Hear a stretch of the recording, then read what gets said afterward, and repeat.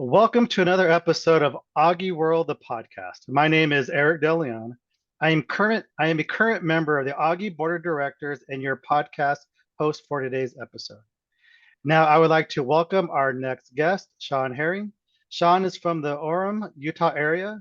He is the owner of, of Region Engineering and Surveying, co-founder of Reality One, which specializes in LiDAR and drone reality capture. He's an Autodesk certified instructor, and also an Autodesk certified professional. Welcome to the podcast, Shawn. Thanks, Eric. Appreciate you having me. Yeah, man, you've been on my list for a long time, just in general, and it just seems like, whenever we try to connect, life happens, and we were unable to, to get this podcast scheduled. So again, thank you for being here today.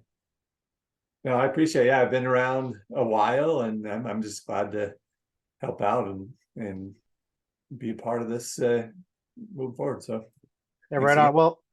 Well, to get into it, is there something? Can you share something about yourself that most people don't know?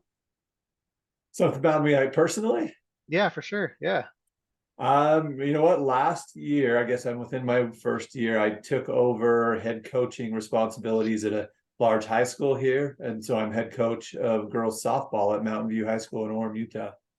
Yeah, So nice. You have now a daughter or I just do. I have a daughter that plays volleyball, and I talked her into giving softball a shot, and made her try out just like any other kid, and she turned out to be a pretty good player. So she's just turned 15. She's almost 6 feet tall, and so she's a little bit lanky and growing into that body, which translates well yeah. in volleyball, not so much in softball. But I tell everybody I went from one daughter last year to 30, and I think I've aged quite a bit in the last 9 months since taking over that team. So Yeah. I think a lot of people know I used to play baseball, but probably not know that I now kind of took over that program, and it's been fun.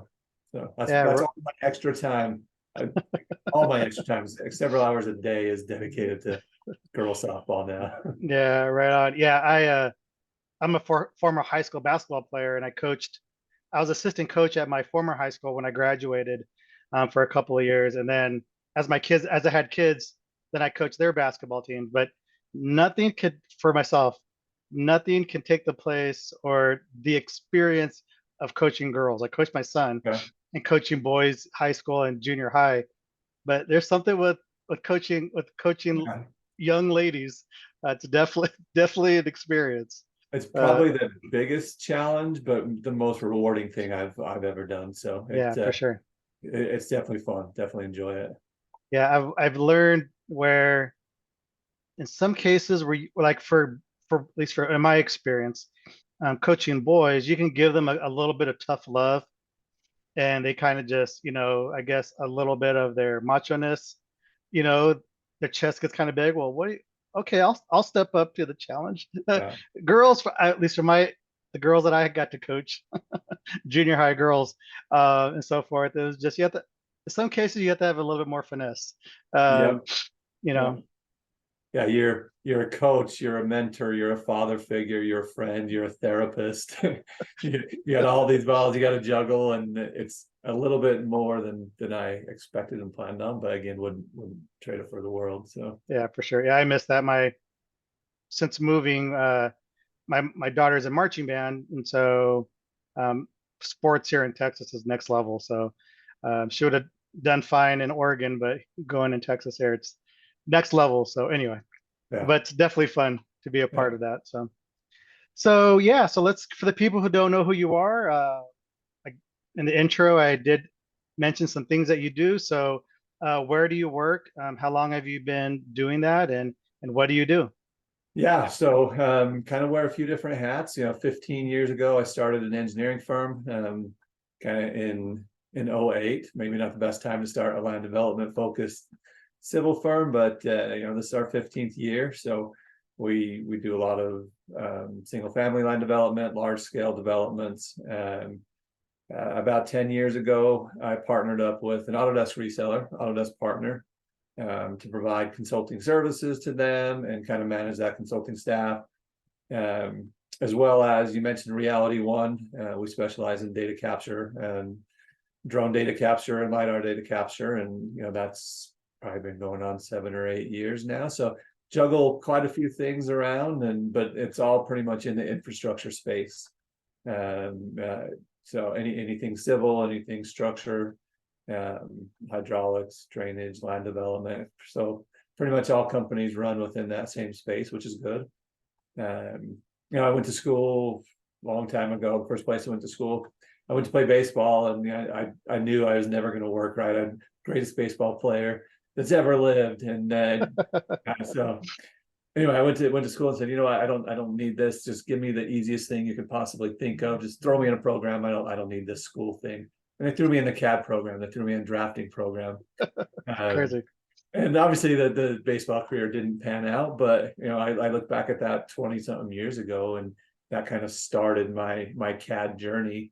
Not by choice, just by asking for an easy way out, and we kind of got put in this drafting technician program. And ever since then, I've just done any type of training, consulting, you name it. I think I've done it on the Autodesk side, and specifically, the majority of the time, specifically around the Autodesk platform product. So Yeah, right on. Yeah, you kind of beat me to the punch of stating your CAD origin story.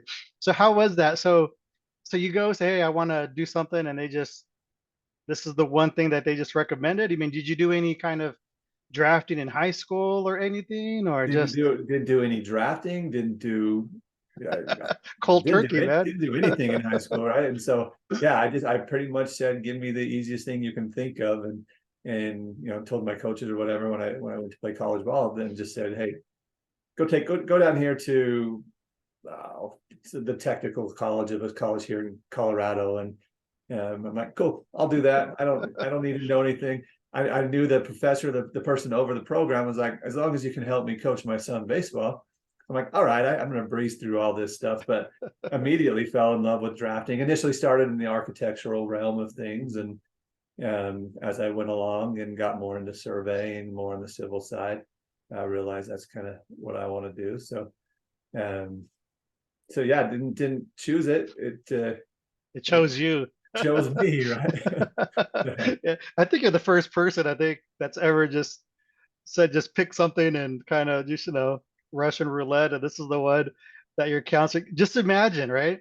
If Yeah. your counselor or the advisor would have told you to do something different, I'm sure my right? wife's wishing they would have said, hey, go to culinary school or something like Yeah, that. that's kind of crazy, but yeah, I mean that's wild. I mean, just even think about that. Like, here you are, well established in the industry, on the origins of CAD, and it all from a counselor or an advisor telling you to maybe go down this route. So that's crazy. What's kind of cool is 5 or 6 years ago at Autodesk University, I ran into somebody that me and him went to that drafting school together. We probably hadn't talked in 10 or 12 years, and just at Autodesk University ran into him at another conference over in Colorado. It was a drafting conference that I just spoke at. Ran into my old professor and everything. So it's actually been kind of cool to see what they have done. And I joke around with him all the time, like, yeah, if you wouldn't have told me, hey, this is the easy way out, coach my son, I'll give you an A, I wouldn't be in this industry at all. So it's kind Yeah, of fun to run into some of those people from the early days. yeah, I'm blessed. Like one guy that I went to school with during my CAD program, we ended up having a reunion at the Oregon Department of Transportation, and so I was hired 1 month before him, and then they were interviewing him, and somebody said his name. I went, I know this guy, and he walked in, and after he got the job, and so it was kind of funny to see him. And since then, him and I have been, I stole him from the public agency to where I was at, and so we worked together for 10 years and started a side little business together, and we still talk to this day. And I, yeah, sit there with my instructor too.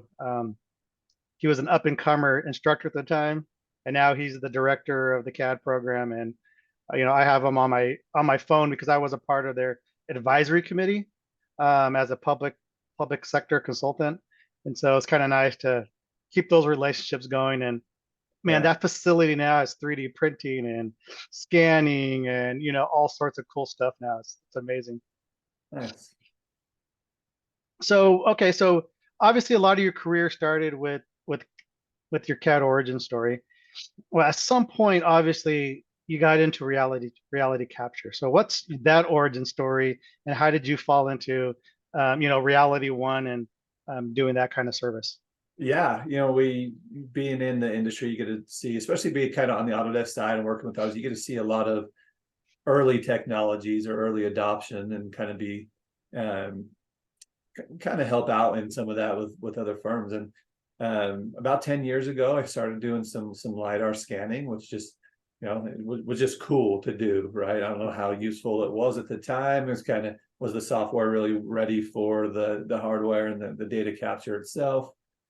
But I got into a lot of LiDAR scanning, just a service that really wasn't being done around here. So we got into scanning, traditional scanning, set up and scan, set up and scan, set up and scan. Um, Froze my butt off a few times, and some sites in like Wyoming where it's -30, and I just found it fascinating that you could push a button and capture all this information, this accurate information, usable information.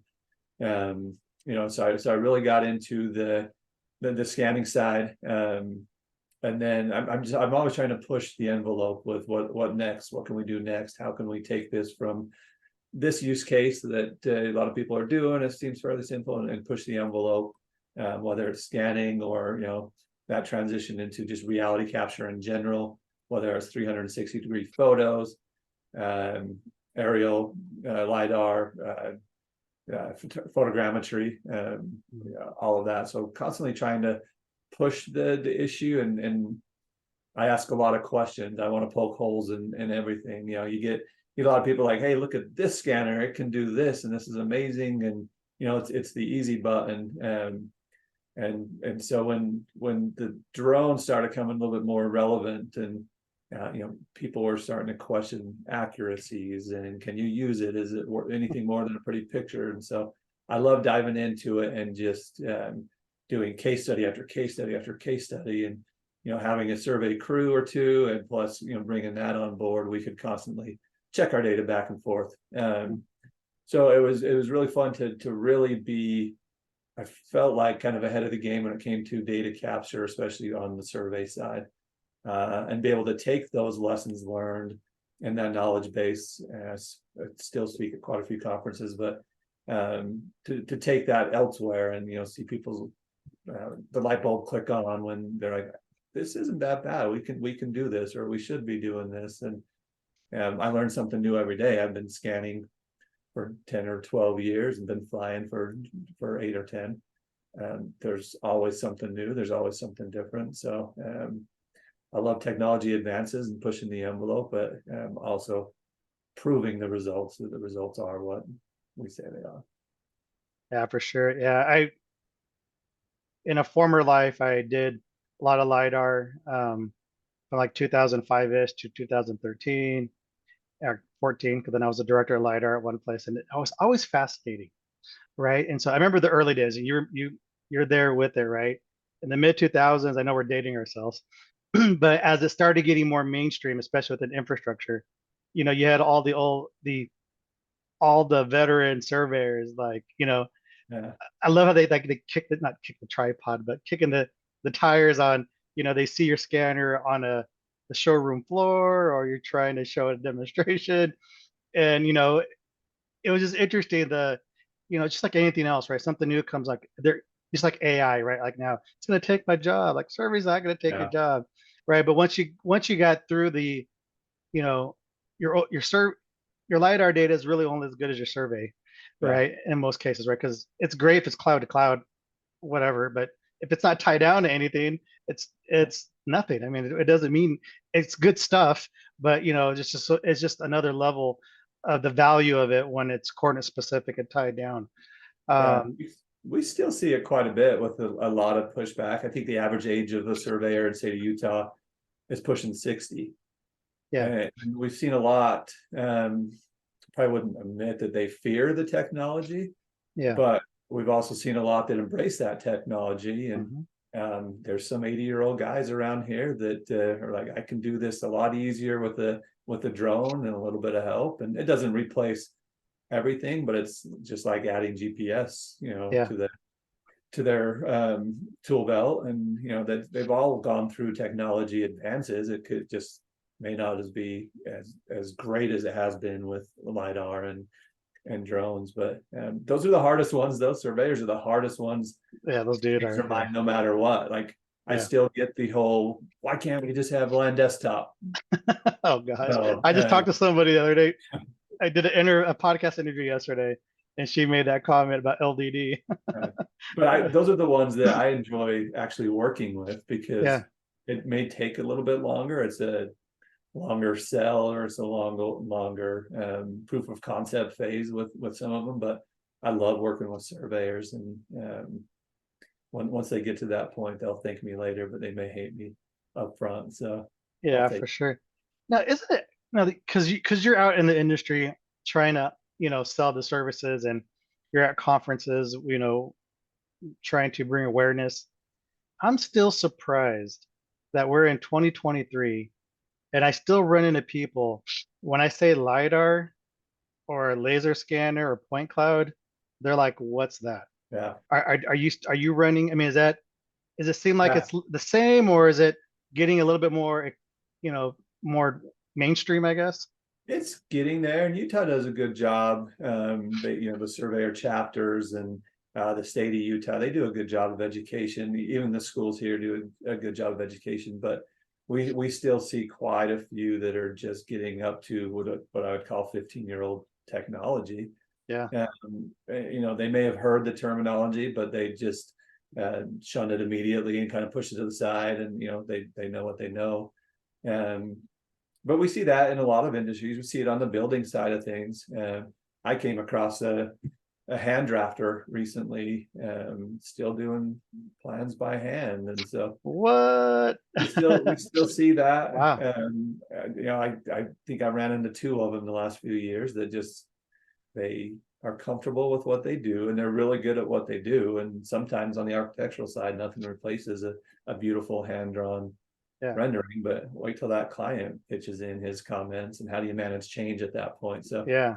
we still see some that are holding on. I've transitioned some from land desktop recently, even a fairly decent sized civil Wow. firm that just barely moved into civil 3D. They were still land desktop. And Wow. that was one of the first, actually, I'd say above 15 man firms that I've done in a long time, from land desktop to civil. A lot of them are And maybe that was only. just recently? Oh, that is still an ongoing thing. Yep. Wow. Because that hasn't been around since like 2000, like hasn't been supported. It's just like what, 2003, 2004 or It's earlier? been, I never, I just turned 40. I never worked at a company that used land desktop. So I guess I never got spoiled with what those capabilities of land desktop were. Civil 3D 2005 came out really when I started getting Yeah. going. Unusable for the most part for a few years, Yeah. but I knew what it was going to be, and so I jumped right into it. And so I never got spoiled in land desktop, but those just hold on to that like it's gold. Yeah. Back in Oregon, we had a couple of guys. Oregon does a good job for contracting where you have to, now the contract language is you gotta have a DBE, right? Some kind of small business or disadvantaged business, a part of your contract. And so there's a couple of guys like that were just, they were a specialist in their thing, and they're getting older, and they had no desire to change what they were doing. And we just had to Yeah. deal with it. We just knew that was, their DBEs on like a lot of projects. And so you just knew that you just have to deal with their files. So I responded to an RFP just today, just an hour ago, that their deliverable was 2007 AutoCAD. So wow. you never know what you run into. Yeah, for sure. Amazing. So kind of want to continue, I guess, the discussion more on the reality capture part of things. And so, because I know I'm always fascinated by it. I love it, especially how it's leading a lot of the new leading new workflows, and how we deliver, how we capture. current projects and our deliverables. So, what are some challenges that you are running into as a reality capture expert, and what are you trying to do to overcome those challenges? I think most of the challenges, the field work, there's every project has its own uniqueness to it, and so there's always something you've got to do different than the last project. I think the biggest challenge we run into is the software is still not where I think it should be capability wise to handle that data. You know, there should be better software, should be additional tools, should be easier, better ways to take all this data from whatever it is, UAV, photogrammetry cloud, a LiDAR cloud, whatever it is. There should be better ways to process that down into an easily usable topo. I still think that's what scares a lot of people off from doing that. Yes, I can capture large amounts of data, but then what? Then I'm going to dummy it down to a few lines and a quick surface or something. So I think the biggest challenge on that is a lot of times is the deliverable. It's is it worth the extra office time, or should I just have my guys go out in the field and traditionally shoot shot by shot by shot? So if it was anything, the challenges that we still face is that deliverable, or that the lack of software capabilities. Specifically on the auto, there's some great software out there, but the Autodesk side doesn't really have much that can really utilize this data the way it should be. Now, well, because really their main one, right? It's probably recap. What else? What else within the Autodesk suite? I mean, from a They general point cloud lidar Yeah, perspective. I mean, they attempted some linear extraction and some classification stuff with InfraWorks that Oh yeah, true, yeah. was not the right way to do it. Recap's a great avenue to just basically import a point cloud and save it so you can get it into Civil. There's a cool new thing with recap in the cloud where you have some feature line extraction stuff, but recap could be, with a little bit of effort, recap could be a premier modeling and extraction tool. So because you get a lot of programs out there that you can easily extract a pipe, a wall, a plane, a door, a window. There's a lot of third-party programs out there that are really good. As far as the Autodesk stuff goes, your best bet is tracing as close as you can, whether that's Revit on the building side, maybe Plant 3D or Revit MEP stuff with the building side, and then in Civil 3D with point clouds, connecting some dots, maybe to extract some features. But yeah, I've tried and willing to try almost any software out there, and there's some good softwares out there.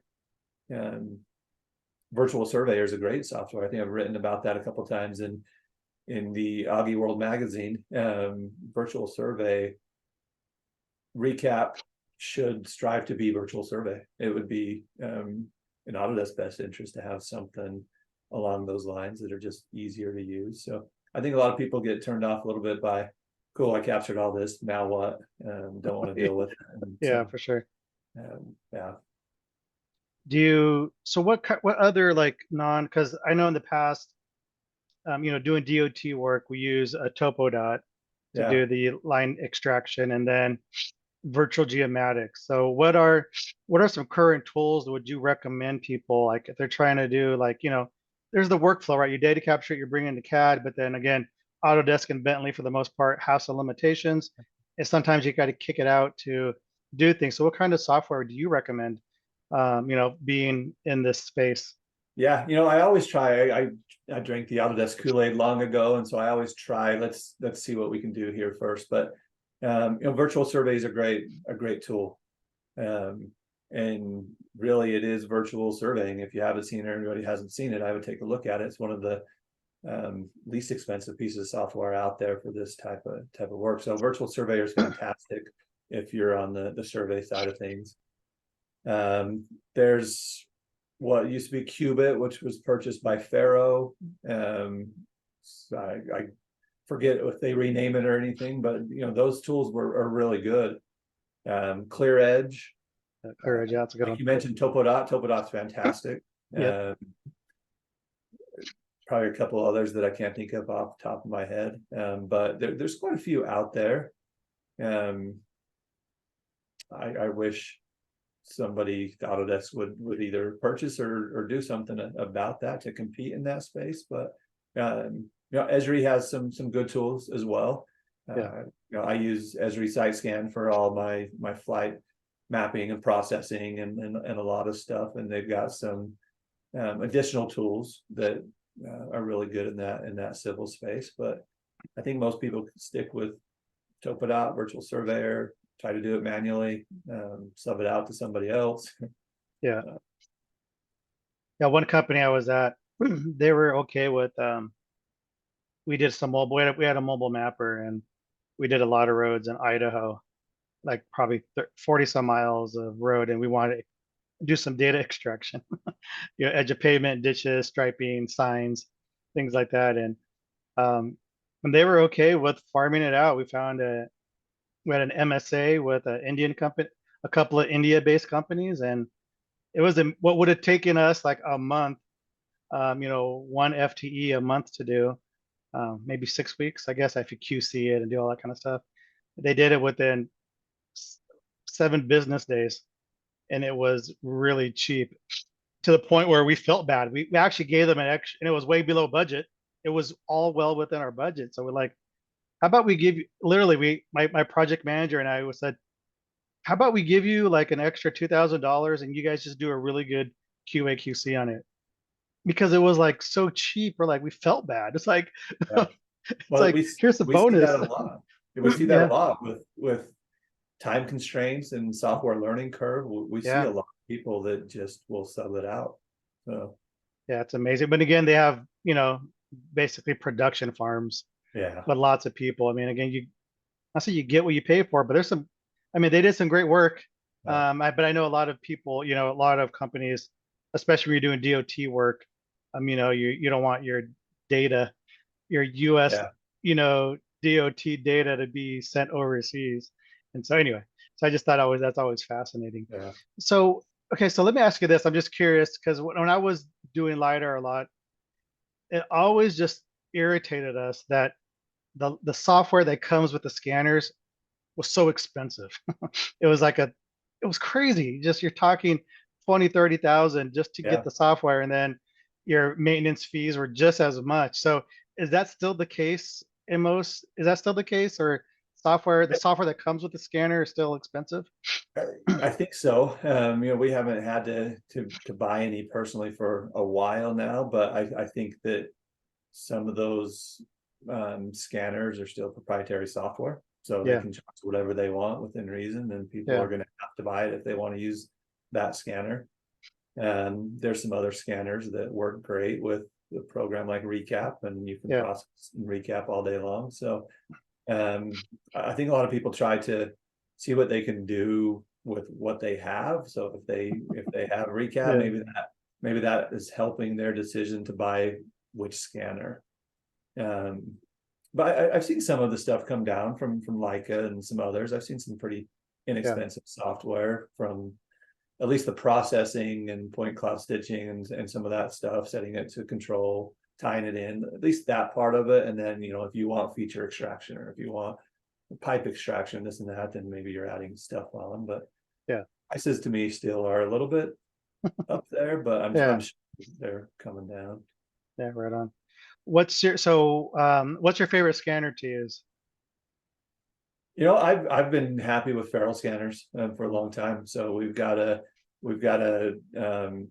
Trimble something or another, a pretty newer Trimble scanner, and then ferrule focus 3D and a like a BLK, because I'll try anything, and so we have 3 different brands floating around. But Yeah, nice. I like the ferrule stuff. I think the ferrule stuff came out of the gate, and they've all been great. So everyone's kind of pushing the limits, and I guess it depends on really what you're scanning. Are you scanning Mhm. something that you need a 1,200 yard scan distance accuracies? Are you just walking around inside a building, mostly for architects? So really your project probably depicts on what scanner you're going to use or purchase. And we've got a couple of them, so don't do as much of that anymore. After, for a while there, we kind of just went all in on drone data capture. Okay. And I ignored everything else for a little while, just because that complemented our civil side better. The survey and everything else you're doing. Yeah. So, but yeah, we still do some scanning here and there, but I'd say it went from 90% scanning to probably 20% right now. Okay, nice. Still get a lot of requests. We just don't do it as much anymore. Yeah, back in the day, we used to work with the Regal for all the long range. We used the ZNF for inside if you really want some really high resolution scans. And I think my favorite was probably the Pharaoh. Yeah, It was just, we used to have a dolly with wheels on it and push that baby around, put the spheres everywhere, and that was probably the best. At least when I was using it, that was probably the easy one to use, and the registration was fantastic. Yeah. The way it's like, wow, man, it's crazy. It was The amazing. older I got, I just, now I just want to drop a drone and let it do its thing and not have to move the scanner around or move pipes around or just be out. I just getting a little bit lazier as I get older, which is probably why I'd rather fly stuff now than scan. Yeah. So then, are you? I'm assuming you are UAV certified. Yeah. Okay, cool. And then what's your I guess what's in your drone toolbox? What are you using there? Yeah, majority of flights are probably now being done with a Phantom 4 and a Phantom 4 RTK, but we've got a couple Inspires, a couple M300s. We started, we worked really close with a company called 3D Robotics. Oh yeah, I've heard of that. And which had probably the best camera at the time. The drone and the batteries sucked. It was horrible. These things were falling out of the sky all the time. So, oh man, that sucked. but they also, to me, they had the best software, the best process. They should have earlier integrated different drones because their drone just didn't quite cut it. Again, the best camera, that I would still use that camera, it was a Sony something. And so that's kind of what we started with. We piled up a bunch of those things and went all in with kind of 3DR and helped them with their software development and stuff as well. And I still use SiteScan, which was 3DR SiteScan. Now it's Esri. Okay. But I think most flights are, to go back to your original question, I think most flights are being done with the Phantom 4, just because it's much smaller and just easier to get around. And those are flights from 1 acre to 1,000 acres. So that's crazy. So isn't the 3DR, right? 3DR, is that the one that was the first one on the market that do like the autonomous, like you could give it a flight path on the computer or on the tablet and it would go and just do a flight path and then land? Wasn't it like one of the first ones on the market to do that? They were one of the first ones, yeah, to reverse that. And I think Pix4D, because they ran the Pix4D engine, so Pix4D was kind of just ahead of them. But their entire workflow, I think, was kind of the first of its kind as far as transferring data and pushing data to the cloud to process instead of processing locally. I think they were really good and kind of pushed the boundaries there. So,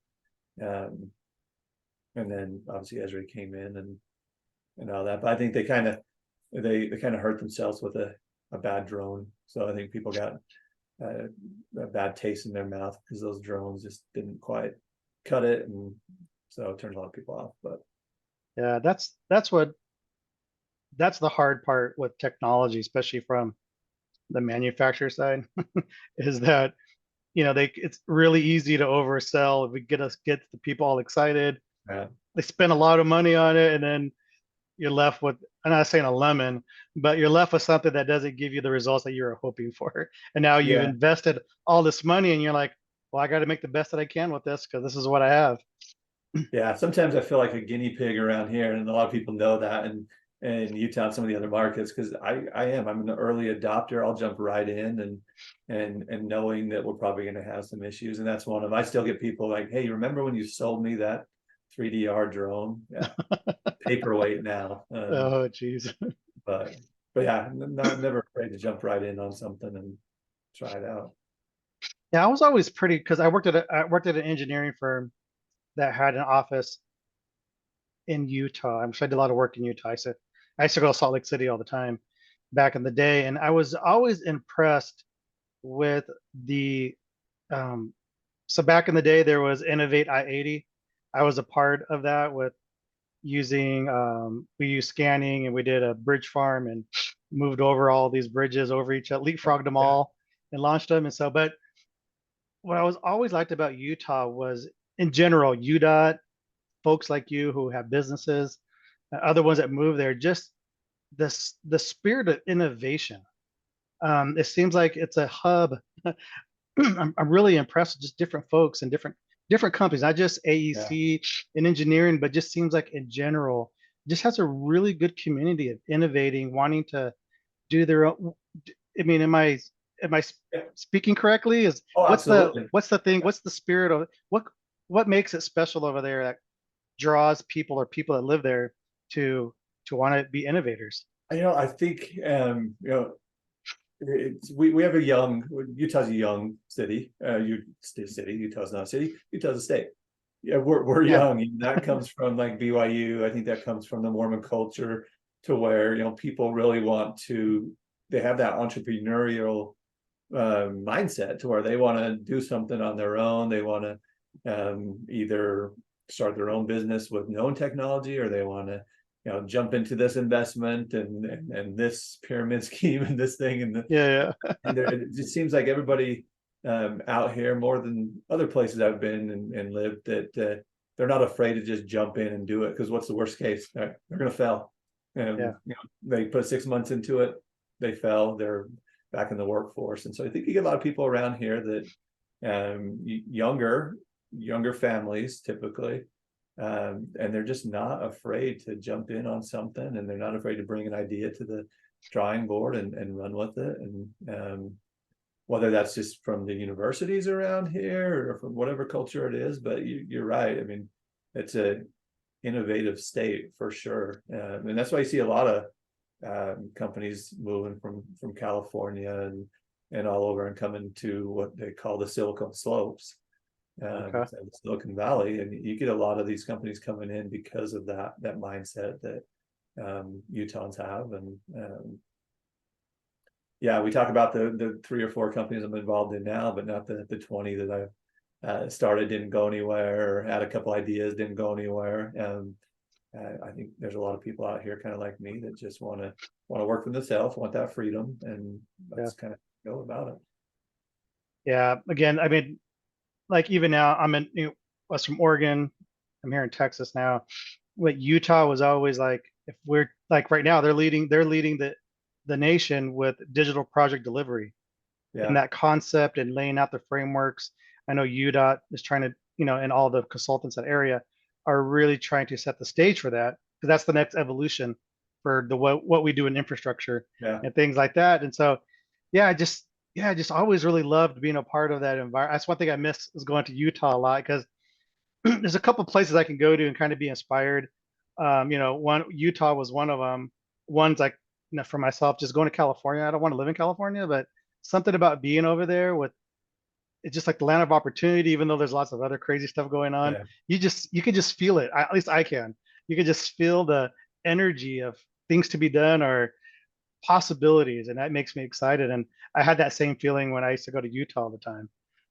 It's just a great place. And one of my favorite things to do was in the winter, or no, sorry, in the spring.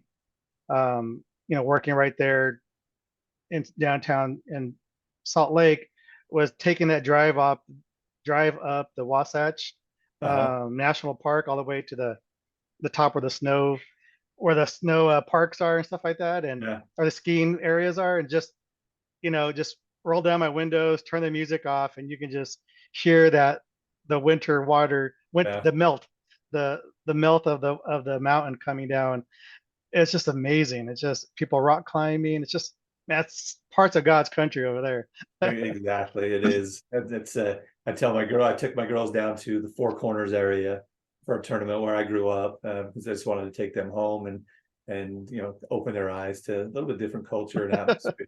Yeah, And so I call it God's country as well, because it really is cool stuff. I don't ski. I've never skied a day in my life. Our license plate says greatest snow on earth. I yeah, can't really judge that, but I hate the snow, period. But yeah, those places got 900 inches, 1,000 inches this year, and but it's nice to get away in Utah. We've got this big long corridor, right? We're sandwiched hmm between giant mountains, I-15, and the 2 million people are right in this big long corridor. But you get outside, an hour or two away, it's some pretty neat stuff.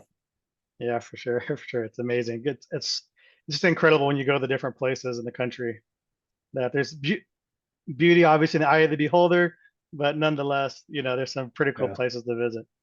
So, what's one thing you wish you knew earlier on in your career that you know now? One thing I wish I knew earlier on,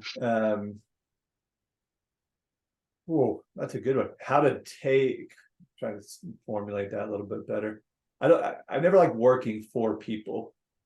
Um, I always felt not smarter than people, but I did not take direction well. So I guess early on in my career, I probably wish I would have listened to those a little bit more, and really brought on a mentor in a way in a couple of the companies I worked for, say down in Phoenix. Um, I probably would have just, I still don't listen as well, but I probably would have listened well when other people are talking. And I struggled with that for a while. Wow, why is this old guy even talking? I probably wish I would have just tuned in a little bit closer and learned a little bit more, and probably a lot of life lessons that went right over my head in a lot of cases. So that's more of a personal thing that but yeah, probably would have listened, probably would have, because there's a lot of, one of my best friends is an 80-year-old guy here. We've been really close for a long time now, and I could just sit and listen now, and listen to his stories and listen to him talk about grading and this and that, and all this stuff, where I wish I would have done that 20 years ago when I was just getting going. So. So, and this might be a personal follow up, but where does that come from? And that was just how you are, like challenge your parents a lot and Oh, just teachers. just Is that just? maybe a little bit of arrogance, and mostly challenging parents a lot. And Yeah, I maybe for the longest time probably thought I was smarter than anybody else in the room, and realized quickly that I wasn't. And if I wanted to be, I needed to listen to those people. But it's more of an arrogance yeah, thing, yes. yeah. So I would assume like school maybe got in trouble a lot for not listening, or did Hated you do school. well? Yeah, If I went to school, I tried to. I just wasn't a listener. I wasn't a book guy. I wasn't even that. yeah, I was more of a, I'm gonna go out here and just do it, and I'll learn the hard way.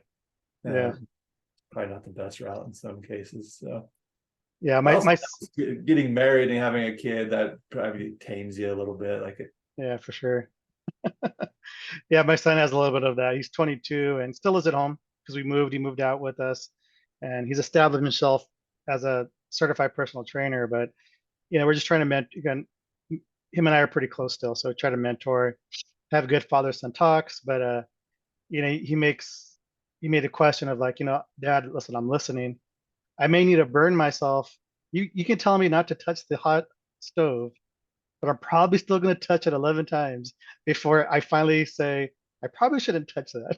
Yeah, And so, yeah. it's a little bit, I think, the Delio and stubbornness in some cases, but yeah, it's wild though. But, seems like you're perhaps a catalyst to help you, you know, continue on your path of doing your own thing. So that way you didn't have to, report to somebody else to tell you what to do. Uh, I still do now. They're just called clients and Yeah. instead of bosses. So yeah, They pay the bills, so you yeah. can't, Yeah. crazy. Um, what would you consider to be your superpower? My superpower. Um, I'm not afraid to fail. I think that's the only way to succeed, is to put yourself out there in a position of failure. And that is constant, not afraid to fail, not afraid to push the boundaries and whatever it is, whether it's political or business or hunting or whatever it is, anything, not afraid to fail. So I think I'm pretty aggressive when it comes to trying new things. Have failed numerous times over and over again, and will fail numerous times. But I think off the top of my head, that's probably one of the biggest things. Just not afraid to fail, not afraid to take that leap. Yeah, that's nice. Good. So, question for you. So, you said you had a lot of ideas. Some of them obviously failed or didn't work out the way you thought to. What idea did you have that, like, for a business or something that you were really excited about that just didn't obviously move forward? Is there anything that, like, man, that was really cool, but just couldn't get no legs behind it? Oh wow, yeah. What are a few of them? I'm trying to think of the 50 LLCs I've created. Most of them have always dealt with land development, and Okay. whether it's a new way at a turnkey service as a real estate agent trying to set yourself apart or something that failed miserably. I've oh, that man, that's a tough question. Yeah, there's so many of them. We could be Yeah. here for a 3-hour podcast. I just Um, curious if one sticks out, like, man, that one was the one I was like, oh man, that would have been really cool if I would have been able to do that one. I've done everything from cutting catalytic converters, thinking that you're going to extract the material on that. That goes back like 20 years. Was that legal or illegal? I did it Joking. legally. I was just going to say that. I did it legally. Um, The catalytic converter business. Yeah, long, they long do time. that now here downtown. What I hear, right? I always see that on the news. I'm like, I did it legit legally, and that's probably why I failed. Um, Yeah, Anything I've done so much that yeah, I'd have to think about that's that cool. a little bit more about what's Uh, the uh, one. well, fair enough. It's Yeah, probably something to do with land development fair and enough. thinking I was ready to do a development where I wasn't ready to do a development or something like that. Yeah, for sure. Cool, cool. Yeah, I mean, just the catalytic converter one was a good example of. I was trying to really see the spectrum of your ideas, you Right. know, type of deal, because you seem like you said, if you're willing to fail forward, I'm pretty sure you probably tried different things. So that's pretty cool. Um, what is one or two commandments that you live by without fail? Um, my dad always told me to surround yourself with people better than you. And for the longest time I didn't. But that one is a daily thing, like not letting that toxicity in through other people, and kind of keeping that close knit circle of friends and family and all that. So just surrounding yourself with the right people, something daily that I stress to my daughter, I stress to employees, I stress to anybody. That by far is probably the number one thing. And I'm blessed to be in positions I am, and if I can give back in any other way possible, whether it's helping a neighbor, doing something at a school, going to a charity event, whatever that is. So I think a lot of us are in that position that don't give back. So I think you'll reap the benefits of that over and over and over. So surround yourself with the right people, give back when you can. Yeah, for sure. Yeah, those are good ones. Yeah, I always like, they would say, what, you're the byproduct of the five people you hang around with. So whether or not that's in person or virtual, or who you're listening to or what you're watching. So it's amazing, the impact that can have on you, right? So what current technology or trend are you the most excited about? Digital twins are becoming more and more relevant and popular. Smart cities, I think the smart cities fascinate me. Having an ever rolling as built, I guess. And that's probably something, if I was to push myself in the next year or two to get more into, and I've been into a little bit of it, but not really where I should be. But getting more into digital twins and smart cities, I think that's kind of where I want to focus a little bit of my learning and see what's out there. And there's so many people out there that are talking about it, doing it, and I need to spend more time listening to those people. But everybody wants to be a smart city. I just don't know if everybody knows what that really means. I think it might just be a buzzword that a lot of cities are using. And so if I can learn more about that and kind of position myself and others to not be an expert, because never an expert, but to move in that direction is probably where I'd go soon. Yeah. Yeah, like you said, I think a lot of it, I mean, there's a lot of buzzwords that we throw around. So but really when it comes down to it, it's like, what does this really mean? Or what do we really have to do? Because, Yeah. you know, I think probably one of the big ones is probably like BIM, right? I mean, it's been around forever, but I don't know if people really still get what that means, you You still know? get calls and say, "Can you sell me BIM?" Yeah, still a lot of room for learning and growth there. Yeah, for sure. But it takes people, I think, you and some others do a really good job of, you know, being in publications, going to conferences, getting on stages. So we just, all of us in our own circles just have to continue doing the good fight of Yeah. educating because ultimately it helps everybody. But end of the day, though, it's like, once we could get the general masses to better understand, I think that's when really opportunity, um, you know, more opportunity arises. So what are your thoughts on the future of technology within the AEC industry?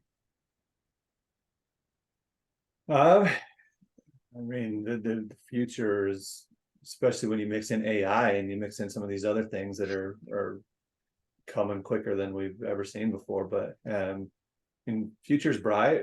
I think people are afraid of, well, it's going to replace me, but I don't think what people don't understand is they're the ones that are teaching AI what to do, right? So we are the Yeah, innovators. So um, uh, I'm excited about the future and whatever that future is. There's a lot. Ask your question again. I was rambling for a second, but no, I know. Just want your thoughts on what you thought the future of of everything's gonna go to. well, I like yeah. Go ahead. yeah, I think with the younger crowds coming in, and we're starting to see, like I mentioned, the average age of surveyors are pushing 60 in Utah. Yeah, There's a group of younger that are seeing um, how cool it is. I can capture survey data with a drone, or I can do this and that. I think this younger group, this next generation, well, if they can get off TikTok and Instagram and social media, yeah, those innovators are geniuses, and whatever comes next, whatever it is, it's going to be crazy. And can we keep up with that technology moving that fast? So yeah. Well, I think it's two things, right? The pace at which technology is evolving, but also the lack of people filling in the shoes of the traditional surveyors and CAD technicians and things like that. It's going to be crazy. I mean, I guess that's where technology, AI, and other things help the gap for the lack of yeah, resources to help us do the jobs. But at the same time, though, like you said, AI is only a mechanism, and we tell it what we want it to do. yeah. And so, if we look at it in that lens of it's actually not somebody to replace us, but a mechanism to us to do things faster, better, smarter, think of things in different ways we never thought of. I mean, it's man, I'm excited, like you are. Well, I'm they excited. say that technology is going to advance the next 20 years as fast as it has the last 2,000 years. That's And you wild. look at that, you look at what's just changed. Probably, I mean, you might be close to the same age as me. I just turned 40. What has changed in the last 20 years is crazy, Yep. and look at what's going to happen the next 20 years, and not even in our industry, but everything. Like Yeah. speed, and people need that. The people feed off of the next greatest thing. Your phone's out of date in a month. Oh, I need that next greatest thing because it's got to be way better. I think people need technology advances more now to feed them than they ever have before. And so the demand for that's just going to be greater and greater and greater.